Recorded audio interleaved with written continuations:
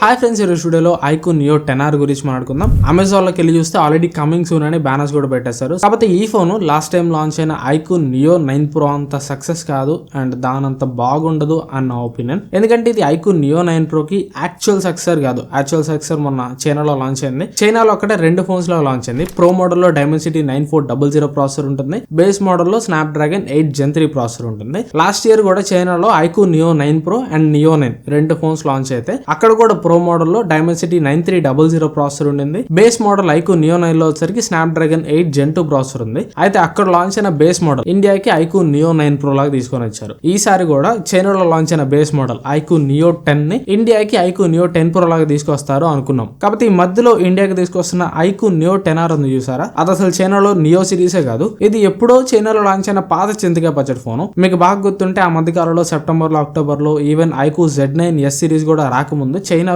ఐక్యూన్ Z9 turbo అని Snapdragon 8 Gen 3 processor తోటి ఒక ఫోన్ లాంచ్ అయింది చైనాలో. ఇండియాలో కూడా ఐక్యూన్ Z9 టర్బో తీసుకొస్తారని చాలా హైప్ బిల్డ్ అయింది. కాకపోతే అప్పట్లో వాళ్ళు ఐక్యూన్ Z9 టర్బోని తాలేదు, ఎందుకంటే 8 Gen 3 ప్రాసెసర్ తోటి వస్తుంది కాబట్టి. ఒకవేళ ప్రైస్ కానీ 30,000 రూపాయలు లో పెట్టాలనుకుంటే అప్పుడు మార్కెట్ లో ఉన్న ఐక్యూన్ నియో 9 Pro కి ఇబ్బంది అవుతుంది కాబట్టి అప్పుడు Z9 టర్బోని ఇండియాకి తాలేదు. దాని తర్వాత చైనాలోనే సేమ్ స్పెసిఫికేషన్స్ తోటి కొంచెం ఎక్కువ బ్యాటరీ లైఫ్ ఇచ్చేసి ఐక్యూన్ Z9 turbo long battery life edition అని ఇంకో ఫోన్ లాంచ్ చేస్తారు. చైనాలో Z9 టర్బోలో 6000 mAh బ్యాటరీ ఉంటే లాంగ్ బ్యాటరీ లైఫ్ ఎడిషన్ లో వచ్చేసరికి 6400 mAh బ్యాటరీ ఉండేది. ఇప్పుడు అక్కడ చైనాలో లాంచ్ అయిన లాంగ్ బ్యాటరీ లైఫ్ ఎడిషన్ ని ఇండియాకి పేరు మార్చేసి ఐక్యూన్ నియో 10R లాగా లాంచ్ చేస్తున్నారు. కావాలంటే రెండర్ ఇమేజెస్ కూడా మీరు పక్క పక్కన వేసుకొని చూసుకోవచ్చు. పర్టికులర్ గా కెమెరా మాడ్యూల్ చూడండి, సేమ్ ఉంటది. సేమ్ అదే ఫోన్ ఇప్పుడు ఇక్కడ తీసుకొస్తున్నారు అనమాట. ఇదైతే నాకు నచ్చలేదు. ఎప్పుడో 4-5 నెలల క్రితం లాంచ్ అయిన పాత చింతకాయ బడ్జెట్ ఫోన్ ని మన మహాన్ కొడుతున్నారు. దీని స్పెసిఫికేషన్స్ వచ్చేసరికి స్నాప్డ్రాగన్ 8 Gen 3 ప్రాసెసర్ ఉంటుంది. 6.78 ఇంచ్ 1.5K AMOLED డిస్ప్లే ఉంటుంది. 50 megapixel primary camera, 8 megapixel ultra wide lens camera, front camera 16 megapixel ఉంటుంది. 6400 mAh బ్యాటరీ తోటి వస్తుంది. చైనాలో వచ్చరికి దీనిలో 80 వాట్ ఫాస్ట్ ఛార్జింగ్ మాత్రం ఉంది. కానీ ఇండియాకి కూడా 80 వాట్ ఫాస్ట్ ఛార్జింగ్ తెచ్చారా అంటే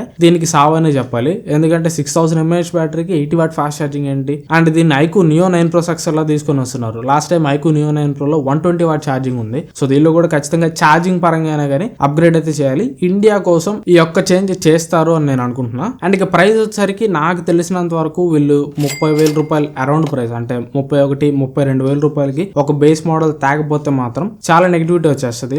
ఎందుకంటే యాక్చువల్ సక్సెసర్ కాదు 8 Gen 3 కాదు 8 Gen 3 ప్రాసెసర్ తోటి వస్తుంది. సేమ్ ఇదే ప్రాసెసర్ తోటి లాస్ట్ టైం మనకి పోకో F6 లాంచ్ అయింది. అది ఇప్పుడు ప్రెసెంట్ మనకి 28,000 రూపాయలకి అవైలబుల్ గా ఉంది. సో నాకు తెలిసినంత వరకు దీని ప్రైస్ ఎలా ఉండాలంటే 30,000 రూపాయల లోపే ఒక బేస్ మోడల్ ఖచ్చితంగా ఉండాలి. లేదంటే దీని మీద ఫుల్ నెగిటివిటీ వచ్చేస్తుంది. నేనేమనుకుంటున్నానంటే యాక్చువల్లీ వీళ్ళకి 30,000-40,000 రూపాయల ప్రైస్ సెగ్మెంట్ లో వీళ్ళకి ఏం కాంపిటేటర్స్ లేవు. ఒక OnePlus 13R ఉంది, అది కూడా 8 Gen 3 ప్రాసెసర్ తోటి వస్తుంది. ఈసారి OnePlus 13R లో కెమెరాస్ కూడా అవేం బాగాలేవు. సో యాక్చువల్లీ చెప్పాలంటే ఆ ప్రైస్ లో OnePlus 13R డోల్ పొచ్చికాయి. సో 30,000-40,000 రూపాయల మధ్యలో 32కైనా 35కైనా లేదంటే ఆ పైన గానీ ఇక ఐక్యూకి కాంపిటీషన్ లేదు. సో అందుకని దాన్ని వీళ్ళు అలసిగా తీసుకొని మేమే ఫోన్ తెచ్చినా గానీ నడిచిద్దిలే అని చెప్పి actual Neo 9 Pro successor iQOO Neo 10 ని తీసుకురాకుండా ఇలా మధ్యలో ఎప్పుడో లాంచ్ అయిన Z9 turbo long battery life edition ఇక్కడికి పేరు మార్చి తీసుకొస్తున్నారు. సో ప్రైసింగ్ అయితే మాత్రం 30,000 రూపాయల లోపు ఉంటేనే ఇది వర్తీ డీల్ అని చెప్పుకోవచ్చు. 30,000 రూపాయల పైకి వెళ్తే కొంచెం వీళ్ళు ఓవర్ ప్రైస్ చేసినట్టే. అండ్ ఇండియన్ మార్కెట్ ని ఆ ప్రైస్ లో కాంపిటీషన్ లేకపోవడం వల్ల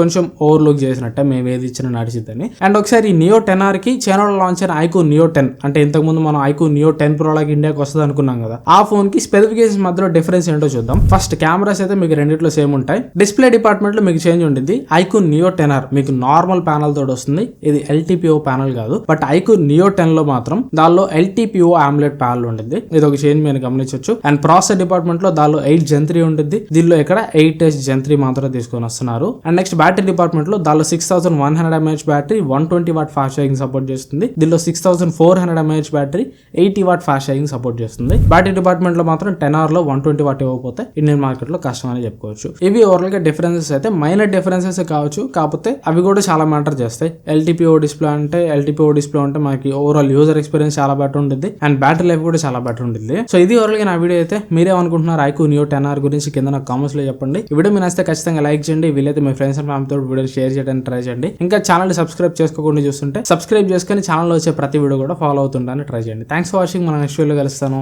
బాయ్.